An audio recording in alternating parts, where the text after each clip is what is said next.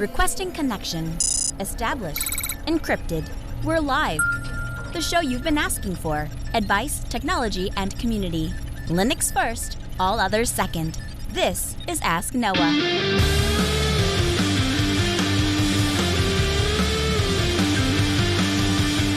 Live from Altispeed Technologies, the Ask Noah show starts right now. This is the show where we came to do all the things on Linux they said couldn't be done and take your questions on how to do the same.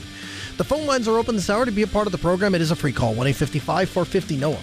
That's 1-855-450-6624. Send an email to live@asknoahshow.com. My name is Noah Chalaya. I am your host. Delighted to be here with you as another episode of the Ask Noah show kicks off this hour.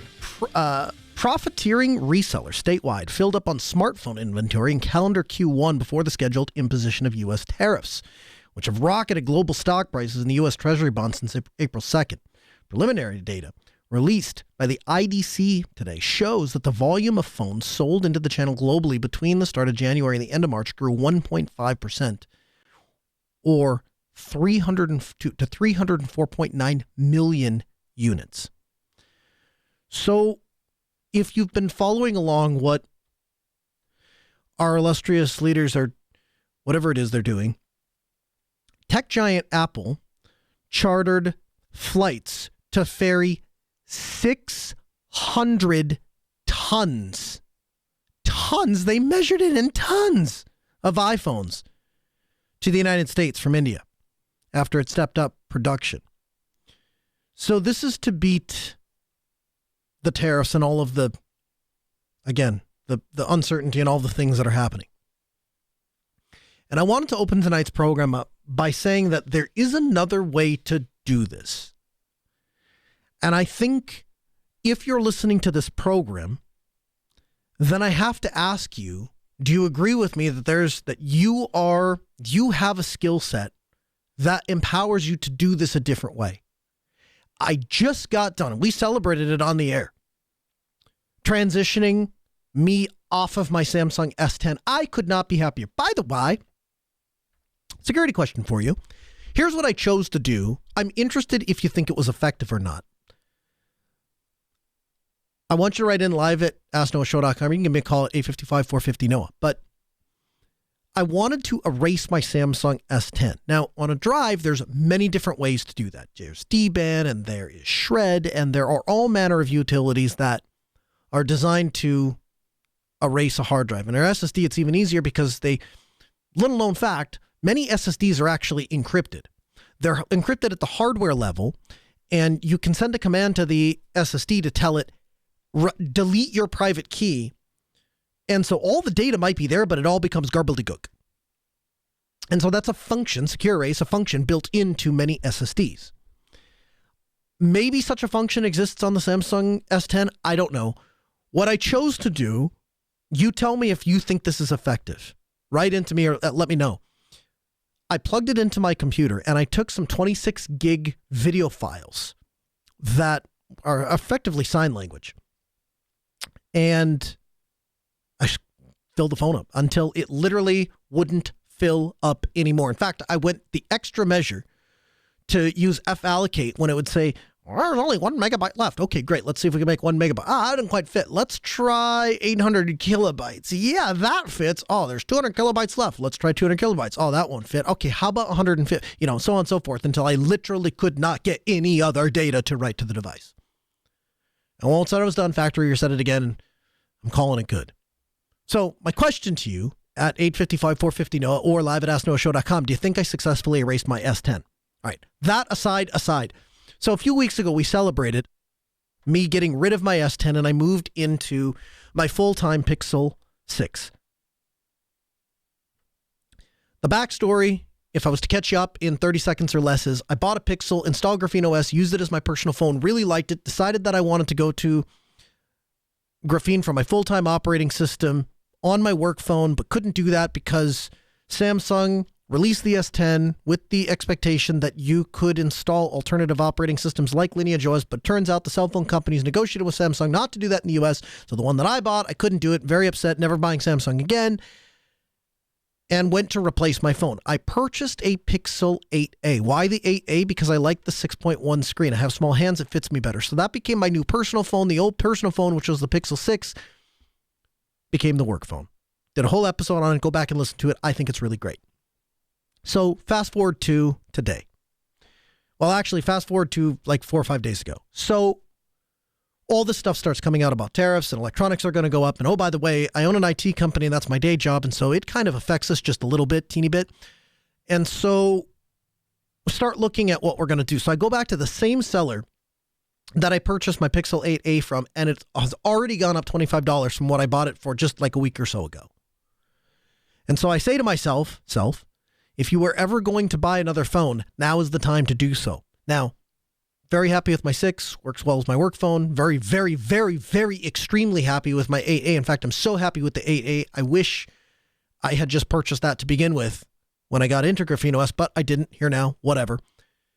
But my wife is still on her Samsung S10. Funny enough, all of our kids managed to get to Grafeno S before, at least the ones with smartphones, at least before my wife and I did. So that, I think, says something. But we hung out on our Samsung S10s. We're going to drive them into the ground. My wife starts getting apps installed on her phone, and eventually she gets to the point she's like, I'm ready to check out. And she's watching my experience on Grafeno S and thinking it's pretty solid. So I order her a Pixel 8a. Meanwhile, a friend of mine is trying to do good for a friend of his who's down on his luck, so he buys him a ThinkPad T480 off of eBay. Gets it for less than $100, drives over to the Big Blue Box store, grabs an NVMe drive, a couple screws later, little bit of elbow grease later, you got a really nice functioning laptop. And it dawns on me like a light bulb, like, is it like, if you, what's Despicable Me? Light bulb, that kind of thing. It's clear as day. There's another way to do this. You don't have to buy a $1,000 smartphone that you can't change the battery in. You don't have to buy a $1,000 smartphone that's going to go up to $3,000 or $4,000 that you can't change the battery in. You won't get updates for more than 5 years. There's a different way to do this. And the different way to do that is the following. Either buy a Pixel unit, because I would tell you they're some of the best Android-based smartphones out there. And my gosh, the Grafeno S installer is so easy. My wife flashed her own phone. Super easy. Now, she has run an IT company with me for 10 plus years, so she's not an idiot. And I think she installed Sailfish. In fact, we were talking about that today on a Sony phone through ADB with the command line, all the things, but it's gotten a lot easier. But I think you have a responsibility if you have people in your life that are going, well, I don't know what I'm going to do now. It's the phone. I can't get it anymore because it got really expensive or the tariff came out. It's okay. It's all right. It's okay to shop at secondhand stores. It's okay to buy electronics off of eBay. Heck, I run an IT company. We've never bought a new computer. Ever. We buy all of the machines that we use at the shop off of eBay. Or off of clients or secondhand or wherever, but we don't buy them new. Why? Because they go straight down in value. You buy a $1,000 laptop, the next year it's worth $300, $500 or whatever. It's just silly. So while the rest of the world is screaming that the sky is falling, you, the open source technical nerd, you are the bright star that has an answer to the world's problems. You know how to milk every last ounce out of those devices. And I would implore you in the strongest possible way that you have a responsibility to do so. If there's any way, there's somebody in your life that listens to you, if there's somebody in your life that you have influence over, I would tell you that to a degree, you have a responsibility to sit down with them and say, hey, it's going to be okay. I'm going to show you. You got a Pixel? Great, awesome. We're going to get Grafeno S on there. You don't have a Pixel? Awesome. Let's go to Lineage OS and let's see what we can do. And you can extend the bejeebers out of the life. In fact, I was talking to one of the guys that works for us, and he was telling me that he has an old Nexus tablet. Stopped getting updates years ago, but it still works. Has Lineage OS on it. You can still install apps. I have moved, again, all my work phone, my personal phone, all of it has moved over to Grafeno S. And I've repurposed some of my older phones for various different one-off things. And I was trying to do that for a small group that I work with. And we were having the discussion on, well, what exactly do we do here and how do we set this up? And so I said, well, I've got this old phone. Let me see what I can do. And what I learned was you can use F-Droid to install applications on a phone that won't let you sign into Google Play anymore. So even if you don't have a phone that can install a Graphene OS, even if you don't have a phone that'll run Lineage OS, if you know what F-Droid is, you can get F-Droid. If you know that you can get the Aurora store through F-Droid, you can get back to a phone where you can install apps. Now, it's not the best route, right? Like Graphene OS is going to be the most secure route. After that and under that is going to be Lineage OS. After that and under that is going to be this, because you're kind of working around it, right? But in the end, it's a way for you to extend life out of the phone, to get more out of your device. And that goes for laptops, and that goes for smartphones, and that goes for tablets. So this is me pleading with you that while the rest of the world is jumping up and down and screaming with their hands on the floor, it's an opportunity. And you know what? This is opportunity number one. I would tell you that there's more opportunities on the way. The opportunities are on the way that are coming by way of Microsoft is about to introduce an arbitrary end of life to say that all these machines have to have TPM. If you go look at the latest statistics, less than 50% of businesses have upgraded to Windows 11. So you may choose to believe one of the following. Either one, you choose to believe that everybody bought computers that have TPM chips in them for some reason. They've just chosen not to go to Windows 11. You choose to believe option number two, and that is that all these companies, they've not purchased machines with TPMs, but don't worry, they have the money in the bank. They're ready to go. The IT budgets are just, the coffers are full. They're just waiting for the right moment to go pull the trigger, and then half of the United States computers are going to get upgraded to Windows 11. You can choose to believe that. Or you can choose option number three. Behind door number three, what we have is a bunch of people that put things off to the last possible minute, and all of a sudden, October of 2025 is there. They kicked it down the road. It's going to be later. But at some point, a deadline is going to come at which point Microsoft is going to tell you, no, you will not receive updates to your computer anymore. You must go purchase a computer with this TPM chip if you want to move to Windows 11, which you must do if you wish to continue running updates. And if you're sitting from where I'm sitting, that's your opportunity to say, hi guys, let me tell you about Linux. Let me tell you about Endless OS. Why don't we give this here a shot? And then if that doesn't work, then move to something else. I would tell you one of two things. Either one, you move to you either go like a mainstream route, right? You install Ubuntu and go that route. I tried that route with my in-laws. Here's where I stubbed my toe. There are little things that are just a function of Canonical being a company that, well, A, they need to make money, but B, they're not catering to the individual home user. It's not their largest market, and frankly, it wouldn't keep them in business if they did focus on it, and I understand that.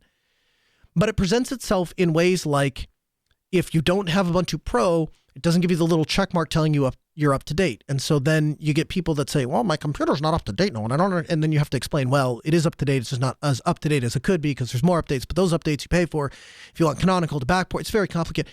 It's a conversation I just don't want to have. Endless OS, I would tell you, is the appliance distro that we wanted. For a long time, it's the appliance distro that we've been waiting for. And so I would tell you, I would start there. And when that doesn't work, then I would go to something like an Ubuntu base with the Cinnamon desktop. From the Linux Newswire newsroom, this is the Week in Review with JT. For the week of April 13th, 2025, here's the Linux and open source news. OpenSSH 10.0 P2 is out. OpenSSL 3.5 is also available. The GNU team has announced the release of GNU Core Utils 9.7. The open source paint program, Penta, has released version 3.0. OpenELA introduces the Leap project for in-place upgrades of Enterprise Linux. In distro news, Linux Mint has added OEM support into their next release. Asahi Linux M4 support hits a roadblock because of Apple Silicon changes. Proxmox VE 8.4 is available. Archbang 0904 has been released. Theron OS 25.03 is out. Pardus 23.4 is available. Sparky Linux 7.7 has been released. The MX Linux team has announced the release and availability of MX 26.3. And the systemd maintainer, Dan DeMare, has announced Particle OS, a fully customizable, immutable Linux distribution developed by the systemd community. In security news, malicious packages lurking in open source repositories like NPM have become less effective, so cyber attackers are using a new strategy, offering patches for locally installed programs. On the other hand, LLMs can't stop making up software dependencies, and that has led to slop squatting. Malware authors have taken note of the dependencies LLMs make up and have created malware using those names so that unsuspecting vibe coders will install their malware. And continuing into more open source AI news, Luminary Cloud has released an open source physics AI model along with Honda and NVIDIA.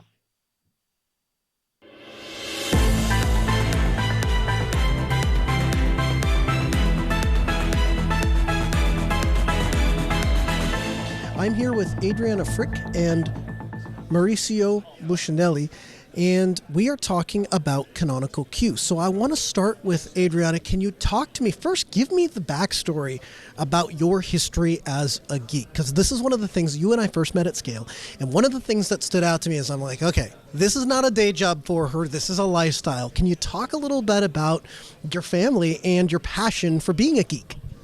So I am from the San Francisco Bay Area. I am third generation, and something I joke about is if I'd been born in a steel mill town, I'd probably work in a steel mill, but I was born there. And I work in this industry. My family worked in this industry. My father and my mother and my stepfather, my aunts and my uncles, my husband, we're all in this. In fact, I was running FreeBSD. I used to work for Walnut Creek CD-ROM back in the 90s and had been running a server on FreeBSD. And finally, I was tired of maintaining it. And my husband said, hey, you should try out this new, OS in something like 2012. So I converted over to Ubuntu, and I had left tech for a long time. I came back a while ago, and I saw this job posted, and I thought, well, I want an Ubuntu certification. Why aren't there Ubuntu certifications? And I saw this job posted that said, I could help build one.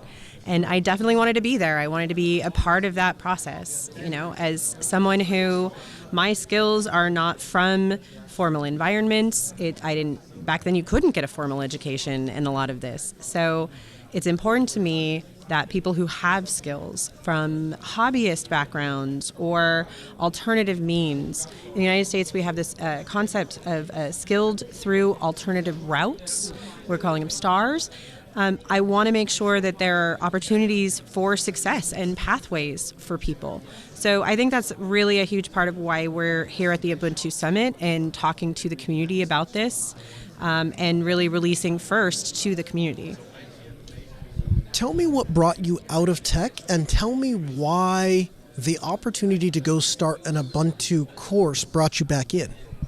Well, I'd actually come in a bit before this process. I was working for a company that did app monitoring and among other things. I left tech because .com, it was its own time period, right? And I think a lot of people were very disillusioned. It was an extremely volatile job market, not unlike today. I think a lot of old school .comers are recognizing some of those things in today. I came back, actually. The fun part was I was very skilled in BGP, Border Gateway Protocol, from my earlier days, working for a backbone service provider and a few other things. And BGP hasn't changed since '98. So I had run across this job that required BGP because fundamentals are still relevant. You can leave for 15 years and there are certain skills that will still work out for you. Because I had been trained in networking and Linux, it wasn't that hard to acquire cloud-based skills because I was already kind of used to thinking about things in these very networked or compartmentalized or divided up, divisible ways. So returning to tech, it obviously isn't going to be easy, but it was something that I did, and it's important to me that other people who have these skills, maybe old school .comers who also left and turned their back on the industry, who are maybe thinking of trying to come back now, or younger folks who are in a very similar economic struggle. We have skills. We have things that are of value. And maybe we aren't experts in something. Maybe we aren't perfect at something, but we can prove what we do know. And that has value. There's just not really a good way to express that. There's not a good, a currency of skill set to demonstrate these things. So I think what we're trying to do, myself and Mauricio, is we're trying to create some way that you can show, look, I know how to do these things. I am capable of performing these job roles. Give me the job. Talk to me about what the Canonical Ubuntu Essentials is and why you were so passionate to start it. What did the process look like for bootstrapping this whole thing? There have been efforts, and in fact, Ubuntu did have a certification program a long time ago. I believe it was in conjunction with LPI, so it was a long time ago, and it went away as things do. So we had inherited some great work by our predecessors, but over time it had sort of become stale. So we really did have to kind of start from scratch in many ways. We did reuse some content, but of course in tech, content does expire quickly. So we built a machine, essentially. Engineers listening to this are probably thinking of historical certifications that you take 20 multiple choice questions and now you're suddenly an expert. Nobody believes in those. And there are a lot of certifications that aren't worth the paper they're printed on. I think when you come to education, I had taught for a while I was away, and we stole Mauricio away from an institution. He was a great educator, and I wanted to have that mindset behind the program. I think as engineers look toward education, they wonder, how does one engineer skill set, an engineer knowledge base? And I think that was one of the things that I found interesting, because in a certification program, it's not an educational process. I'm not giving you a certificate to say, okay, you attended my class, maybe you passed a couple pop quizzes. We're stating to the world, you meet professional industry standard requirements. And that means, firstly, we have to define those and make them measurable and determine the skills that are an industry standard, which, in the Linux world, standardizing anything, I think we're all, kind of thinking of XKCD cartoons now. It's not an easy thing to do. To nail down what skills matter and how do you prove those skills? What kind of evidence can you have for those skills? I think that's a very challenging process. And so that's sort of the engineering mechanism that we've built out at the company. We start out, this is actually not unique to us. This is something that is industry standard when people are doing professional certifications. You start out by identifying a target occupation. So for Canonical Ubuntu Essentials, we're looking at essential skills that you can use to springboard into the future. So we call it Q for short. And our target occupation for this was a very early career system administrator, possibly someone in IT who deals with a lot of systems. The first exam very much focuses on terminal skills, because that's kind of where we all start. We expand into desktop and server. So we start out with this target occupation, and we identify what are the important job tasks in that occupation. Now, different companies are going to hire different things, right? They're going to expect different things from their early career sysadmins. But there are certain things that are common. And anyone listening will have an opinion, and we all are going to have this sort of hazy idea. What is an early career system administrator? And there will be a lot of overlap. There will be something in the middle that we can all agree on, but it's usually this gray area that we don't articulate very well. What Mauricio and I have had to do is articulate that and make it measurable and develop metrics that allow us to make sure that we're delivering on what we say we're going to deliver on. Can you tell me what your methodology was to go into the industry and learn what do employers expect? How do you define what you are to measure? What did that process look like? So initially, I wanted to start with printed data. So I went through dozens and dozens and possibly hundreds of job listings and cross-referenced. Some jobs will have very specialized knowledge just for that role, but everybody had certain things that were in common. We also looked at books that people frequently start out with. So we looked at different tables of contents and what is expected in an early stage career. We looked at a number of, intro to Linux classes or later on sorts of classes in their course syllabi, and that gave me a good set of, a few hundred tasks.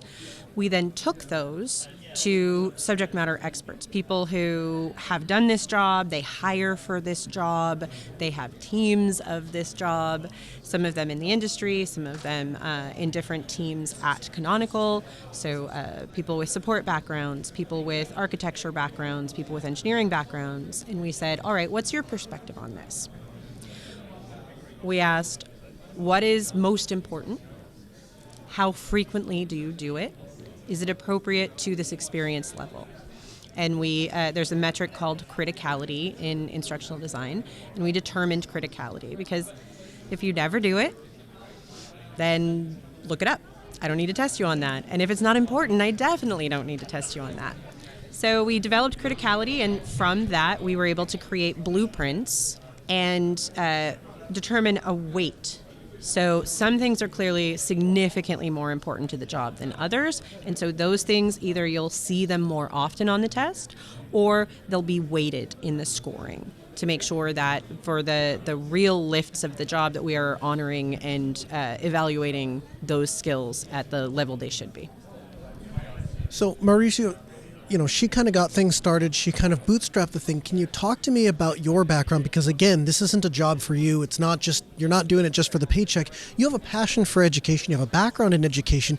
Can you talk about what you're bringing, how you're incorporating that experience and how you're bringing that into the Canonical Ubuntu Essentials?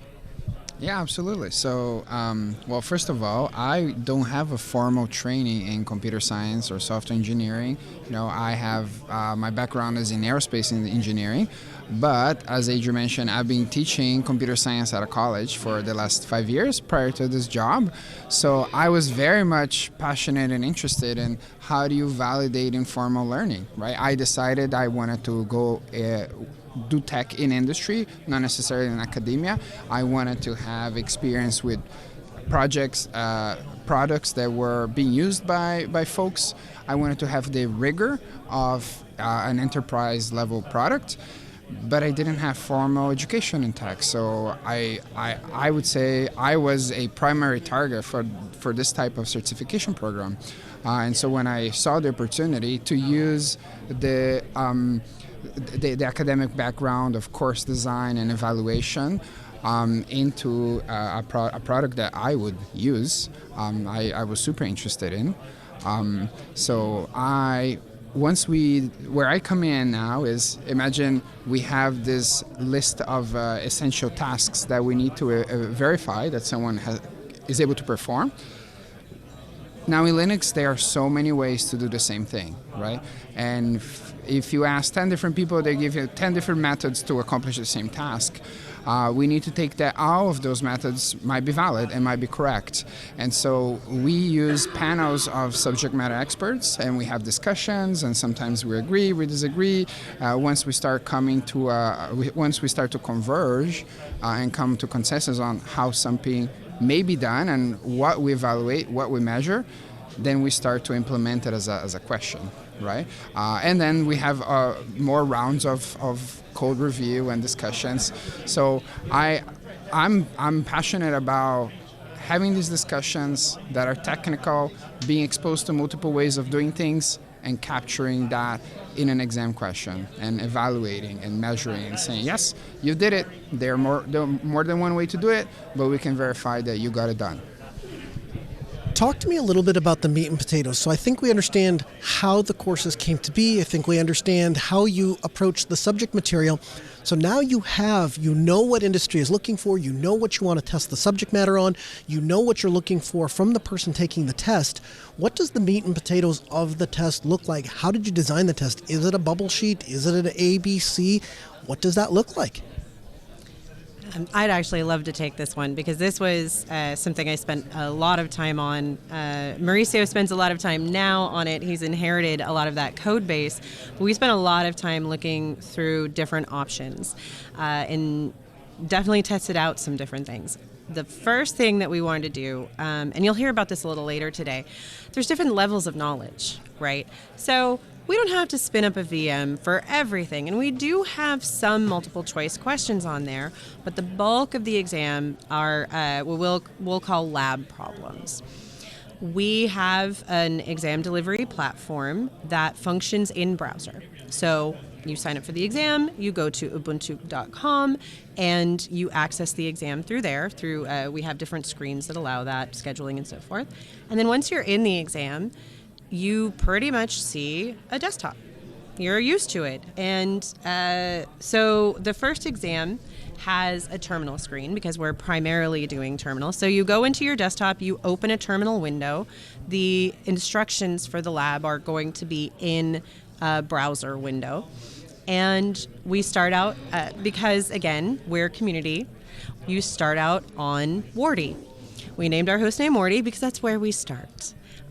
We have little other jokes like that in there. You can go to Artful, Bionic, Cosmic, Disco, etc. So you'll SSH into Artful, and you want to make sure you do all of your lab work on that one. You don't want to do it on Warty because it's real. Everything about the exam, we want to keep it realistic. If you mess up your SSH key at work, you're going to pay for that. So same in the exam. If you blow a system up, there are consequences, and the same is true in the exam. But it's entirely virtualized, so you are working with real environments, and you do have to add users. The users aren't real. In fact, many of them are Easter eggs. They're little references to historical releases. We try to really have nods to the community and nods to our 20-year history throughout the exam. We want it to be a little fun. You have to sit through a test. That's, always a little stressful. Technical assessments can be very hard. So we want it to feel a little bit, we say sometimes it's like some sysadmin. You're sysadmin for a day. What do you do then? And so you'll have to add a user. But more than that, there will be very specific requirements because, if a new person's onboarding, you don't get 6 emails with tiny little instructions. You get a big block that says you have to do this, you have to make sure they have the right permissions, you have to make sure they have access to this and not access to that, etc. So we try to very much have these scenarios be like a real life scenario. The closer to realism we get, the more accurate the exam is going to be. If you perform the task, then I know you can do it. It's the easiest way to properly measure. Can you do the thing? You did the thing. You have done the thing. So what I'm hearing is you're chasing after meritocracy. It's not about did you follow the book, did you follow the instructions we told you to do it. If you're the kind of hands-on learner that learned by you downloaded an ISO, you put it on dad's laptop, you got in trouble for wiping away dad's laptop, and then you learn something from that, and now you're sitting down to prove these skills.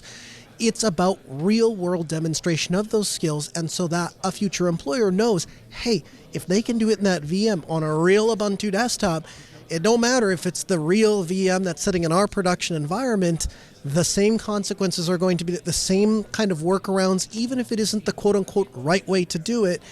We don't care how the sausage is made. What we care is, can you make sausage? That's precisely true. Now, because this is measuring skills, you had mentioned courses earlier, and we try to avoid that word because people are thinking that we're training, and we aren't. We are seeing if you know your stuff. And this is the way. We care about the outcomes because now there are best practices, and it is important to honor best practices in your employer's environment, but at the same time, your boss wants to know that user has been set up and will be able to do what they need to do on their first day and not get into systems they don't belong in on that same day. So absolutely, we focus on outcomes. We aren't just, scrolling through your bash history. We care that you accomplished what you said you were going to do. And we've seen a lot of response from, we've had some people from enterprises that we are associated with check into the exam. And they've definitely been satisfied so far with seeing real world execution. And that way, we feel confident that the people who are going through the exam will be of great value to employers. Talk a little bit about the way I'm going to phrase this is accessibility. So there are many very good exams and very good certifications. The problem becomes they're not always accessible to people, budget constraints, other things. And so one of the things I know has been important to Canonical is to develop this course in such a way that it is accessible to people, that it gets people's foot through the door, allows them to demonstrate their skills, and gets them started. And then they can then they can have enough rope to, excuse the expression, climb somewhere or hang themselves. Can you talk about the effort that was made to make it accessible and a welcoming on-ramp? I'd be happy to speak to that. We have definitely worked to take these concepts and these skills and these things that are really important to doing a particular job and break them up into smaller, more accessible pieces. And that's a continuing process. So right now we have certain exams that are in development. We have certain exams that are coming in the future. We have exams that are available on the market on our website. So these are still very much in flux, and we're responding to the needs of the industry. But the model is definitely to make them smaller parts so that, so Mauricio and I both have families. As you know, you've met my son. It is hard between work and family to get ahead and finding a 3-hour, maybe 4 hours if you have to sit for a proctor window. That's a lot of effort, and I don't have that much time. I think a lot of people don't have that much time. But if you can break them up into more accessible units, people can study for the first section, take the first section, study for the next section as they have the time available. And that also allows us to bring it into a smaller price point. It's definitely hard in some developing nations. This is in USD, so it's always going to be a little tricky. We definitely have that in mind, and we are seeing that as this kind of matures as a product. But right now, we're trying to keep our price points reasonable, so people can access it, because I never had an employer who would pay for certs. A lot of people luck into that. I never had that, and so a lot of things weren't accessible to me. And I want to make sure that people who, especially in this job market, people just need a little bit of help. There are amazing people out who are capable and competent and able to fill these roles. We see all these roles out there, and I would love to find one more way that we can help people get their foot in the door, get past whatever resume screening is necessary, and really prove that they have what it takes to do these jobs. Back out and give me the 30,000-foot view. Where are we at in the process? It all sounds great. It sounds like an excellent plan. Is the course available today? What does the timetable look like for the, what does the certification look like today? When will it be available? When will people be able to access it? If they can't access it today, how do they do that? So it's currently accessible on our website. So you can go to ubuntu.com/credentials. You can see the first exam is available for purchase. Do you want to talk about the price? I think we can talk about that right now. So we're, obviously trying to work out where we are in the industry, but at this time we're pricing that exam for $100. And we're looking at potentially having specialty tracks and add-ons and things like that. But right now, we've scoped it out as a base of 3 exams that will get you a greater credential. And over time, you can continue to stack these on and on and on. So we have 1 exam right now that people can get. The lucky folks who are here at Ubuntu Summit, they've managed to get a key to try it out. But it is available for purchase. And then we have 1 exam that is coming into beta quite soon. So those folks who missed out on the Ubuntu Summit exams can go ahead and check out the desktop beta. We do have signatures on our website, the credentials website as mentioned. So you can sign up to beta test future exams. And then we have 1 that is in development. We are forming SME panels. So that means groups of people. Historically, they've been largely internal to Canonical, and now we're working with the community team to expand that so we get more and more voices. The expression, Linus's law, the more eyeballs, the shallower the bug. So the more voices we have, the more we eliminate bias in our exams. So there are a number of ways that people can participate with the program in the exams that are currently available, as well as help shape the future of the exams that are coming. But right now we do have at least 3 exams that are in progress or coming soon. And then we have many, many more that we have spec'd out. Because something I keep hearing here is, well, what about landscape? What about snaps? What about things that are, Ubuntu related, but not necessarily explicitly related, like Kubernetes and OpenStack and microcloud and all of these other great things that Canonical does. So we definitely have our eyes on that. We definitely are looking to really create legitimate pathways in multiple areas, not just system administration, not just DevOps. We're even looking at our colleagues who maybe don't need operational knowledge, but they need to have a sense of what all these, technologies do and what kind of problems they solve.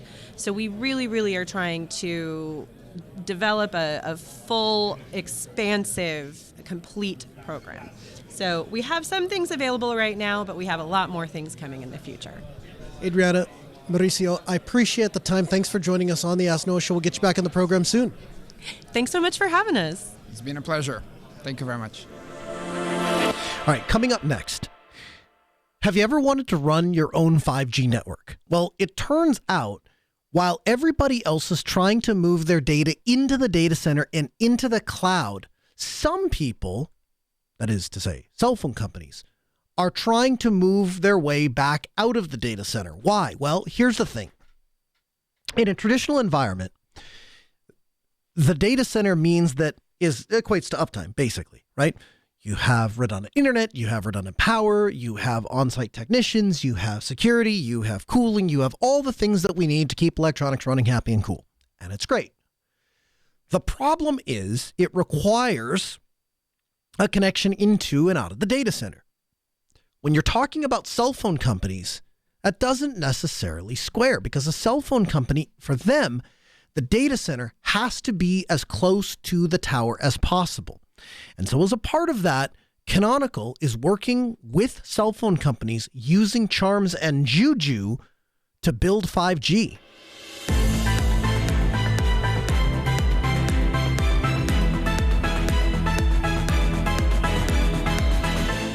I'm here with Guillaume Boulanger, and we're talking about 5G. Welcome in, sir. Thank you very much. So you have a series of computers here. I see a switch, I see some fiber, and then I see some telephones, some cell phones, all with a Grafana dashboard. Tell me what I'm looking at. Absolutely. So what you're seeing here is a 5G private mobile network. So imagine if you run your own business, you have your manufacturer, or you work in the military, you have your own base, and you want to be disconnected from the rest of the world and still have 5G connectivity. This is what you would have to set this up. So to start, we're going to need some sort of a radio so that we can talk over 5G. Can you talk about what that radio equipment works, or what it is, the makes, models, that sort of thing, that we'll kind of work our way backwards?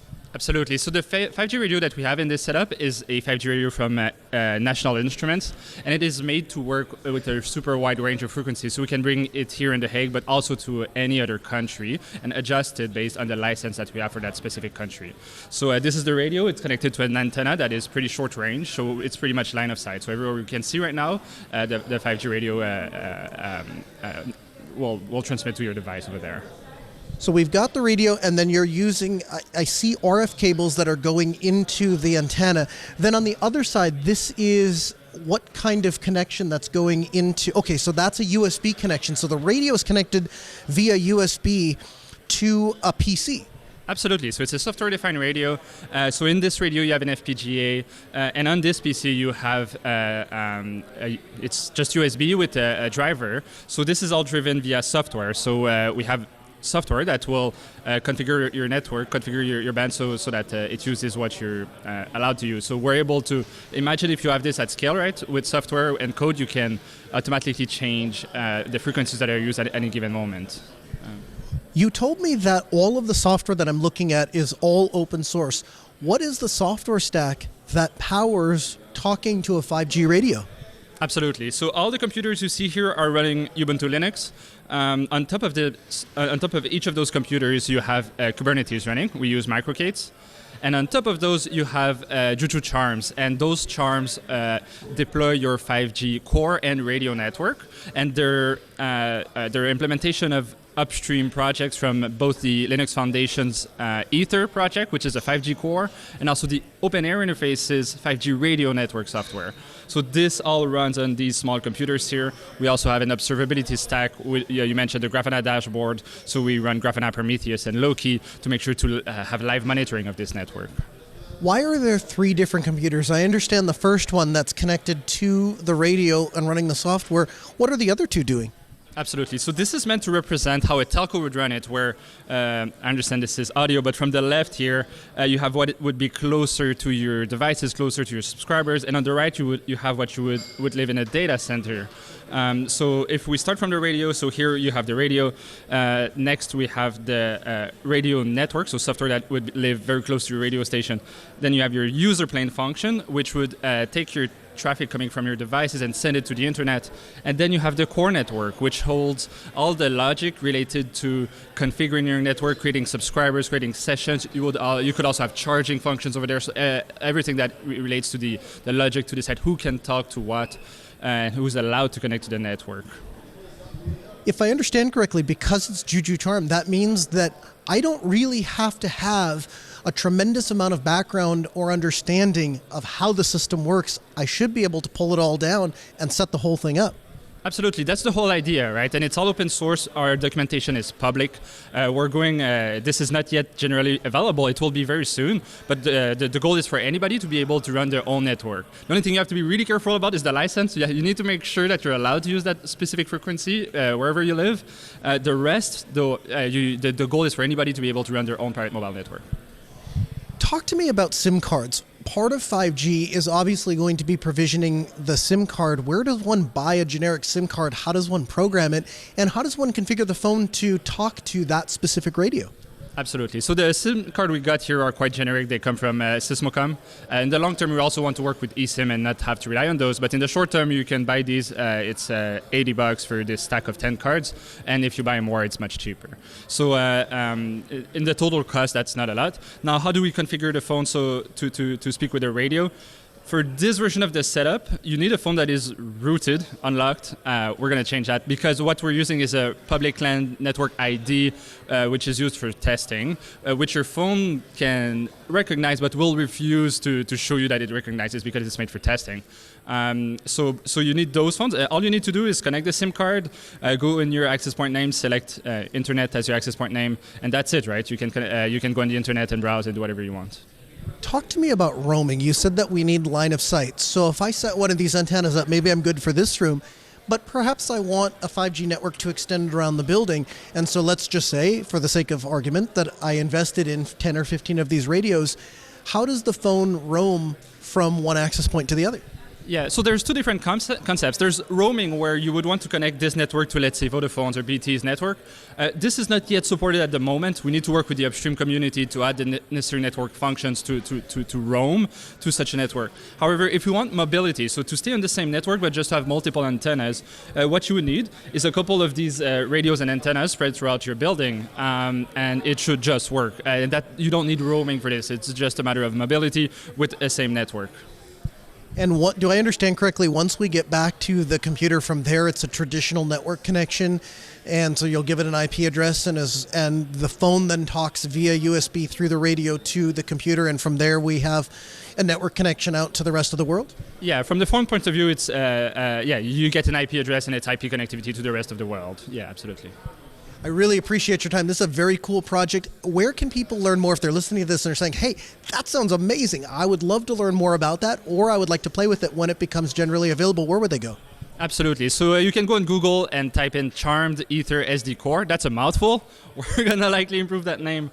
But this is the name of the upstream project. You can also go on the Linux Foundation or on Ubuntu.com and you'll learn more about it. Appreciate the time. We'll get you back on the program soon. Thank you very much. I tell you what, it's one of those things where, have I ever sat down and said to myself, I need a 5G network? No, I haven't. Do I like the fact that the next iteration of 5G and the technology that's coming out and the software stack used to support it is open source and is being developed out in the open? I do. Do I like the fact that Canonical has found ways to use Juju and Charms to take what would ordinarily be a difficult thing to orchestrate and set up and get it down to a almost recipe-like function where you take a box, you install a base operating system on it, and now all of a sudden, if you buy the right radios and plug them in, you can connect to 5G? I like that too. The other thing, so he touched on this, he said it's very important that you get the licensing, and that part is maybe a bit understated because it's not exactly a walk in the park to call the FCC up and go, yo guys, I want to start a 5G network. How do I do that? Frequency spectrum is stupid expensive, like ridiculously expensive, and it's only going to go up because there's only so much of it. And so until we invent technology that can modulate at higher and higher frequencies, we're kind of stuck with what we have. And so anytime frequencies change hands, you see a tremendous amount of money being exchanged. Additionally, one of the things that should concern all of us, if you're a general nerd, the FCC has started to require the registration of receivers. So typically, the FCC has regulated and required you to say, if you're sending a signal, you have to tell us where you are, and we're going to draw a little radius around you. So if you're, emitting 5 watts at 50 feet, we can predict about how far out that signal is going to go, and then a little bit beyond that, it's going to cause some interference, and so we'll make sure to not put anybody else on that frequency or a harmonic of that frequency within a range. Sounds good. Fine. Well enough. The problem is when you start telling anybody, hey, now it's your responsibility to make sure to let us know when you're receiving a signal. And when you receive a signal, wherever that is, we're going to draw a little box around you. And by the way, if you don't tell us that you expected to receive a signal and we didn't draw a little box around you, and you have interference, tough cookies. Cry me a river. And I don't know how I feel about that. And so to me, it's an indication that frequency spectrum is becoming more and more congested. You're seeing them pull AM radios out of cars. You're seeing all manner of different things move. There was a requirement for televisions to move to digital only. It's because it uses, I think 12.5 kilohertz, a half of that, of the bandwidth of the traditional broadcast. So things are having to become more efficient, and they're having to tighten down. And so as that happens, there's the natural maximum absence of coercion guy in me that comes out and says, I like that nerds are making it possible. I can just go buy the radios, buy the SIM cards, and connect the things if I want to do so. And then we'll sort out the frequency and the licensing and all that later. But the fact that technology can be purchased, commodity hardware, plugged in, USB ports, running on Linux, running on open source technology, and that you can conceivably connect a phone and build your own little mini cell network, I love it. Absolutely love it. Hey, the music in our ears, it means we're out of time, but don't worry. There's plenty more content for you. It's all available at podcast.asknoahshow.com. While you're there, check out the show notes. You'll find all of the articles and references that we used to make the show, plus the entire back catalog, all the way back to episode 1, even the teaser episode 0, where I'm super excited. Not many places do that. Some of them trim the RSS feed. We do not. We have all the content up for you to listen. We're back next week, 6 p.m. Central, asknoahshow.com.